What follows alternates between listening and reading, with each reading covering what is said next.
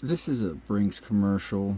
I had seen a couple of videos, and I was just wondering if they were, how different these ones were than the other Brinks. So it's a 4-pin lock. It feels like it has serrateds in it. That's the bitting for it. So to try to get into it, I'm going to use a 40 thousandths Peterson pry bar and just a multi-pick medium hook in 23 thousandths. So nothing on one, click out of two, couple clicks out of two, three, maybe something out of four, one, two, three,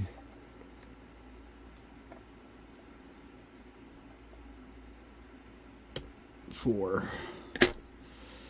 and it opened on four. So yeah, that's the